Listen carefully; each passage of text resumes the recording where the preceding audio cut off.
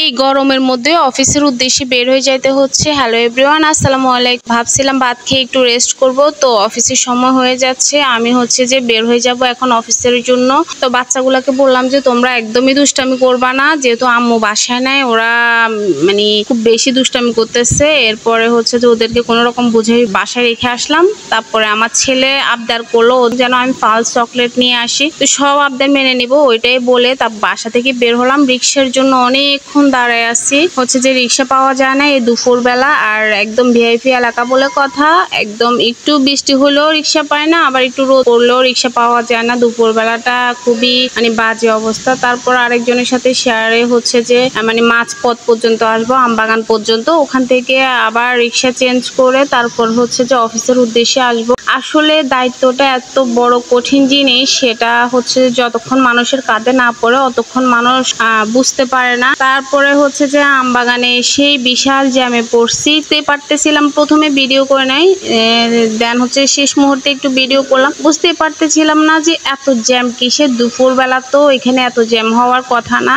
একটু ফাঁকা থাকার কথা রোডটা। তারপরে বুঝতে পারলাম যে বিএনপির সমাবেশ আছে, এই জন্য একদম বাসে করে ট্রাকে করে যে যেভাবে পারতেছে সমাবেশে মনে হয় যোগদান করবে, কি কিছু একটা হবে। এরপরে এটাও বুঝতে পারছি গাড়ির সামনে একটা ব্যানারে সমাবেশ লেখা আছে, এভাবে আর কি। এই যে দেখ কড়া রোদের মধ্যে একদম না পারলে মনে হয় কেউ বের হয় না, আর আমরা তো চাকরি করি, আমাদেরকে বের হইতেই হয়। তারপর রোদ দেখলেই মাথা ব্যথা যেন উঠে যাচ্ছে, এমন একটা সিচুয়েশন, মানে খুবই বাজে অবস্থা। রোদের দিকে তাকানো যাচ্ছে না। চট্টগ্রামের তাপমাত্রা যে কত পড়তেছে সেটাই আমি চিন্তা করতেছি। আসলে পেটের দায়ে মানুষ বের হইতে হয়, কিছুই করার নাই। তারপরে হচ্ছে যে কোনো রকম করে রিক্সাটা ফাঁকে ফাঁকে একটু একটু করে যাচ্ছে, কতটা বোঝা যাচ্ছে বুঝতেছি না। আসলে আমাদের একদমই শান্তি নাই চাকরিজীবী মেয়েদের। যারা বাসায় আছেন অনেক ভালো আছেন, শুকরিয়া আদায় করেন আল্লাহর দরবারে। বাসায় হচ্ছে যে আম্মু নাই, বাসায় গিয়েও টুকটাক কাজ, বাচ্চাদেরকে খাওয়ানো থেকে শুরু করে সবই করতে হয়। তারপর হচ্ছে আবার অফিসের উদ্দেশ্যে রওনা দিতে হয়, আবার অফিসে দেরি হলে ওখানেও কথা শুনতে হয়। এই আর কি আমাদের চাকরিজীবী মেয়েদের অবস্থা। তো আপনাদের সাথে কথা বলতে বলতে আমি অফিসে চলে আসলাম, অফিসে পৌঁছে গেলাম। আর একটু করে ভিডিও ক্লিপস নিয়ে আপনাদেরকে দেখানোর চেষ্টা করতেছি যে আমার অফিসটা আসলে কতটা সুন্দর।